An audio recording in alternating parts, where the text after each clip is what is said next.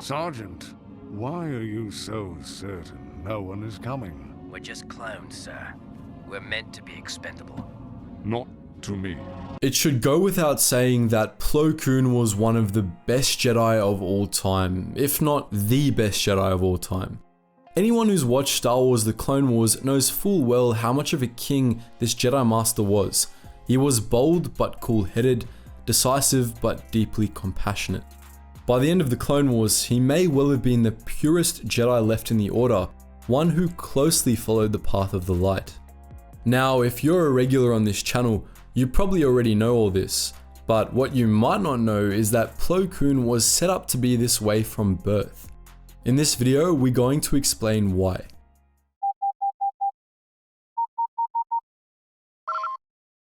Attention, Sergeant on deck! In general, Plo-Koon was pretty damn cool. He was a highly skilled lightsaber duelist, a master of telekinesis, and a formidable pilot.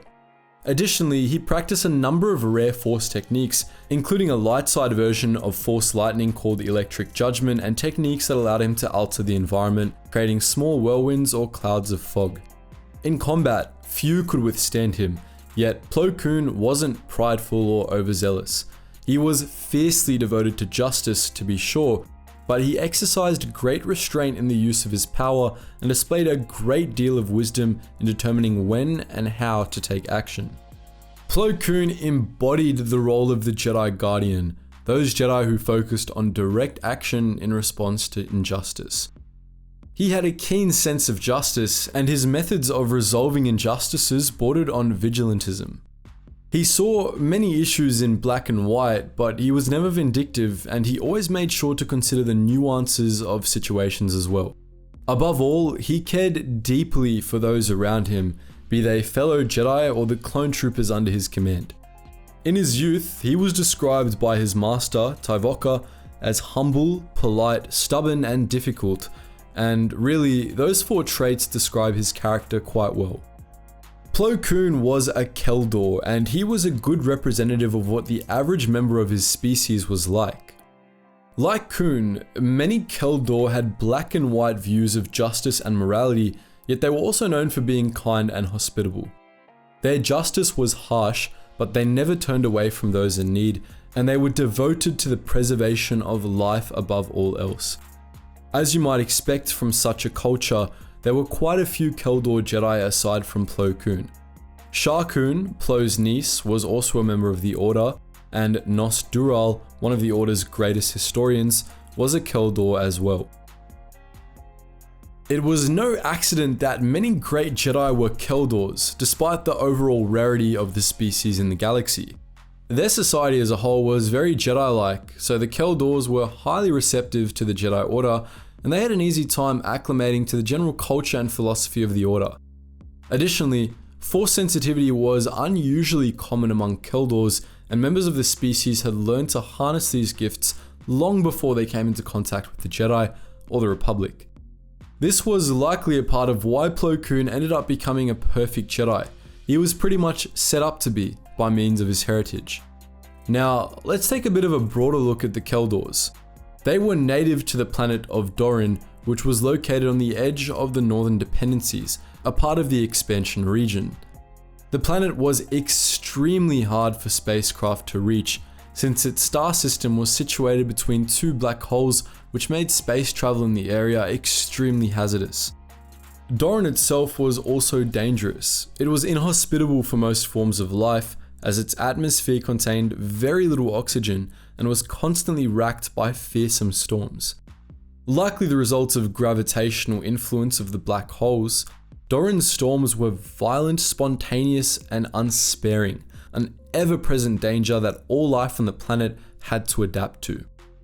These storms played a major role in shaping the Keldor culture.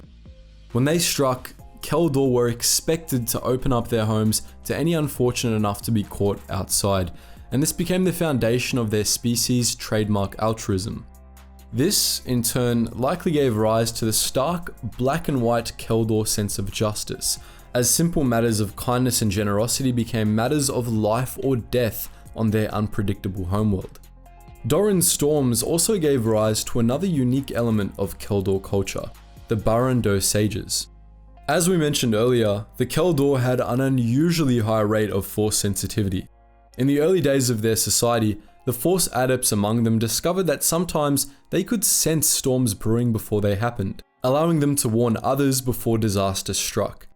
Thousands of years before the Republic or the Jedi discovered Doran, these Keldor banded together and founded a force tradition called the Barrandov. Members of this order became known as the Sages, and they proved instrumental in the development of Keldor society due to their precognitive abilities.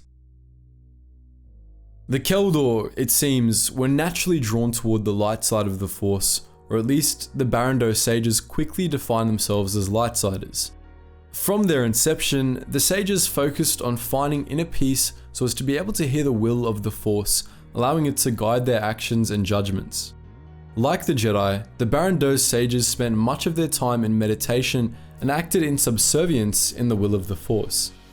They sought to preserve the balance of life, at first through predicting storms and later by predicting other disasters and stopping them before they became reality. The Barrandov focused on developing keen senses of foresight, but they only acted on what they saw if they believed the Force willed them to.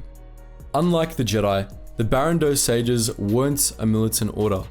Like most Keldor, they were keenly devoted to justice, but they preferred to enact justice through precise, simple actions, not combat. They trusted in the will of the Force to guide them to resolve problems peacefully, or in the least violent way possible. Sages didn't use lightsabers and they weren't required to train in combat, though some did anyway. Those that did usually made use of simple wooden staffs, telekinetic force techniques, and environment-altering powers. As Keldor society developed, members of the Barrandov sages became prominent community leaders, at first because of their ability to predict storms, and then because of their ability to predict wars and other catastrophes. Their advice helped prevent countless tragedies, and as a result, virtually all Keldor respected the sages and did their best to imitate them. Thus, the light side-centric philosophy of the Barrandov bled into the wider Keldor society, influencing the planet's development for the better. The influence of the Barrandov began to wane, however, when Doran was discovered by the Republic and the Jedi. The planet joined the Republic 5,975 years before the Battle of Yavin, though it was never really integrated into the Republic culture since it was so hard to reach and inhospitable to most species. The influence of the Jedi was what affected Doran more. When the Order learned of the Keldor, they began recruiting members of the species into the Order. This led to a bit of a decline in the prominence and membership of the Barrandov sages, as the Jedi had a much more comprehensive view of the Force, and the two groups were recruiting from the same pool. Additionally, Republic membership brought new technology to Doran, which included satellites and weather sensors that rendered the sages' foresight largely obsolete. As a result, the Barrandov became a lot more obscure over the millennia after Doran's integration into the Republic. Other orders in this position might have changed their ways in a bid to retain their power and relevance, but like true followers of the light, the Barrandov accepted this and bore the Jedi Order no ill will. In fact, the Jedi and the Barrandov actually ended up on good terms. By the time of the Republic Golden Age, the Jedi allowed the Keldor members to return home and join the Barrandov. Since the two orders had compatible ideologies, there weren't really any problems with this sort of parallel membership, and the Jedi Council saw Barrandov philosophy as a welcome secondary perspective on the Force. Plo-Koon was a member of the Barrandov sages, and it's likely their influence was a large part of what made him such a great Jedi. As a final note, the Jedi ended up benefiting greatly from their close friendship with the Barrandov. Because of Doran's remote nature and the relative obscurity of the sages, the Barrandov managed to survive the rise of the Empire unscathed.